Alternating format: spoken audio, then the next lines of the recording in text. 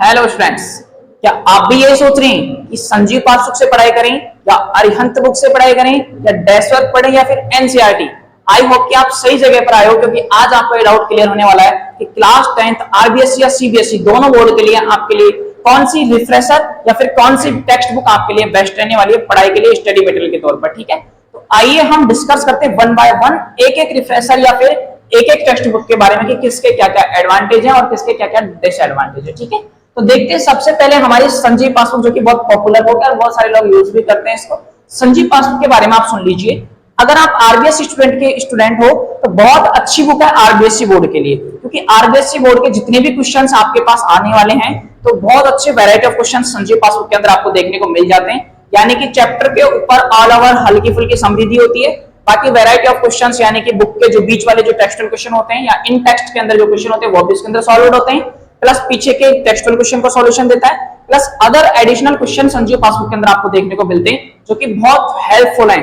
अगर मैं बात करूं बोर्ड एग्जाम के प्रीवियस ईयर क्वेश्चन पेपर के एनालिसिस की, तो संजीव पासबुक में से लगभग अप्रॉक्स 90% जो क्वेश्चंस होते हैं आपके डिट्टो के डिट्टो मैच हो जाते हैं आरबीएसई बोर्ड के अंदर। 10% क्वेश्चनों का देखो कुछ नहीं कर सकते हैं अपन लोग, क्योंकि वो बोर्ड के ऊपर डिपेंड करता है कि किस तरीके का एग्जाम रखने वाले हैं वो लोग, कितना लेवल रखने वाले हैं, उसका हार्ड होगा या इजी होगा, तो हमें उस चीज का आइडिया नहीं हो पाता है। तो 10% में बहुत सारे क्वेश्चन हर साल एवरी ईयर नए ऐड हो सकते हैं, लेकिन 90% जो क्वेश्चन है वो संजीव पासबुक में आपको दिए हुए होते हैं, उन्हीं में से क्वेश्चन आते हैं।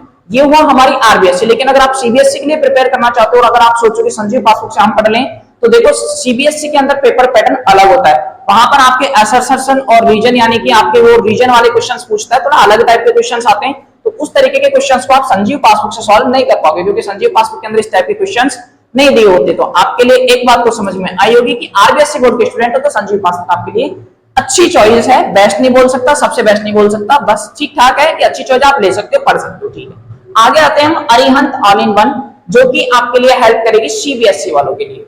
अगर आप सीबीएसई स्टूडेंट हो तो सीबीएसई के लिए आंख बंद करके आप Arihant all in one refresher के ऊपर यकीन कर सकते हो, क्योंकि ये बहुत अच्छी बुक है। इसके अंदर ऑलरेडी इसको डिजाइन किया गया ओनली सीबीएसई के लिए। आरबीएसई स्टूडेंट अगर इसको पढ़ेगा तो इसके अंदर जो नंबर ऑफ क्वेश्चंस हैं, क्वेश्चंस जो दिए हुए हैं वो थोड़ा इस टाइप के दिए हुए हैं कि सीबीएसई में जो क्वेश्चन पूछे जाते हैं उस टाइप का पैटर्न ज्यादा है, आरबीएसई वाले क्वेश्चन इसमें कम मिलते हैं। ठीक है ना, तो इसके अंदर आपको सारी चीजें किस तरीके से डिस्क्राइब है, तो देखो अरिहंत बुक के अंदर आपको पहले टॉपिक दिया हुआ है, उस टॉपिक के अच्छे खासे नोट्स हैं, उन नोट्सों के जस्ट बाद में आपको उसमें क्वेश्चन दिए हुए हैं कि आपकी सीबीएसई बोर्ड के अंदर कौन सी ईयर में लास्ट ईयर कौन सा पूछा गया है, फिर किस टाइप के और क्वेश्चंस बन सकते हैं। तो वैरायटी ऑफ क्वेश्चंस और लास्ट में बहुत सारे क्वेश्चन एडिशनल तरीके से दे रखे हैं। सीबीएसई के लिए बेस्ट बुक है अरिहंत ऑल इन वन, इसके आगे इन दोनों में से और कुछ भी नहीं हो सकता है, तो अरिहंत सीबीएसई के लिए सबसे बेस्ट बुक रहेगी आपकी। तो आई होप कि आपको ये बात दो बातें क्लियर हो गई होंगी कि अगर आरबीएसई से हो तो संजीव पासबुक पढ़िएगा, और अगर सीबीएसई की प्रिपरेशन कर रहे हो तो Arihant all in one best रहने वाली है। ठीक है, आगे हम बात करते हैं थर्ड, जो कि हमारी एग्जामिनेशन आइडिया है। तो देखो एग्जामिनेशन आइडिया कोई रिफ्रेशर तो है नहीं, इसके अंदर नोट्स आपको नहीं मिलते हैं, ये आपको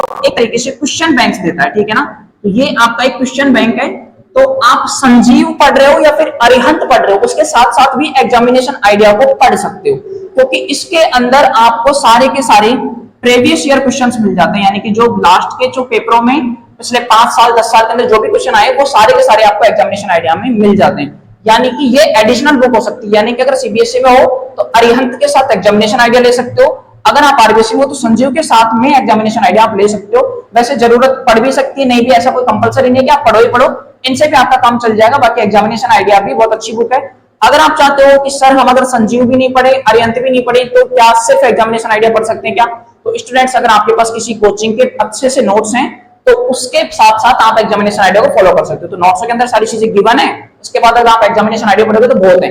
अगर आपको अच्छी कोचिंग की रिक्वायरमेंट है तो आप पीवीबी इनोवेटर एकेडमी चैनल के ऊपर विजिट कर सकते हो। वहां पर क्लास 10 से रिलेटेड सभी क्लासें और सभी सब्जेक्टों की अवेलेबल वीडियोस हैं, सारे चैप्टर अच्छे से डिस्क्राइब है, तो वहां से आप सारे नोट्स को कॉपी कर सकते हो, सारे नोट्स आराम से लिखकर और फिर आप एग्जामिनेशन आइडिया को अच्छे से पढ़ सकते हो। ठीक है ना, अब हम बात करते हैं हमारी नेक्स्ट जो सबसे बेस्ट बुक रहने वाली है। तो देखो बेस्ट तो नहीं बोल सकते हैं, अभी 4th नंबर पर जो बुक है वो हमारी संजीव डेस्कवर्क है। पहले संजीव डेस्कवर्क के बारे में डिस्कस करते हैं। देखो संजीव डेस्कवर्क अपना जो आरबीएसई बोर्ड है उसके पैटर्न के अकॉर्डिंग जो संजीव पब्लिकेशन है वो आपका रिलीज करता है। ये लास्ट में आती है एग्जाम के समथिंग 2-3 महीने पहले। ये थोड़ा मैं इसको रेटिंग बहुत कम दूंगा, 60% आपकी हेल्प कर सकती है। कोई गारंटी नहीं कि इसमें से क्वेश्चन मिले भी और नहीं भी मिले। अगर आपकी किस्मत अच्छी रही तो 20% क्वेश्चन इसमें से मिलेंगे, और आपकी किस्मत अगर खराब रही तो फिर आपको हो सकता है कि 20 भी नहीं मिले। समझ में आया कि नहीं आया? तो हो सकता है कि 20% मिले और 20 भी नहीं मिले, और कई बार ऐसा होता है कि बोर्ड में कम से भी कम नहीं तो 50 to 60% भी इसमें से पूछ लिया जाता है। तो डिपेंड करता है कि फिर बोर्ड वालों का क्या चल रहा है तो क्या नहीं है। तो डेस्क वर्क तो मैं कम प्रेफर करता हूँ, ये तीनों के कंपेरिजन में ये तो फिर भी बहुत ज्यादा कम लो स्कोरिंग बुक है हमारी।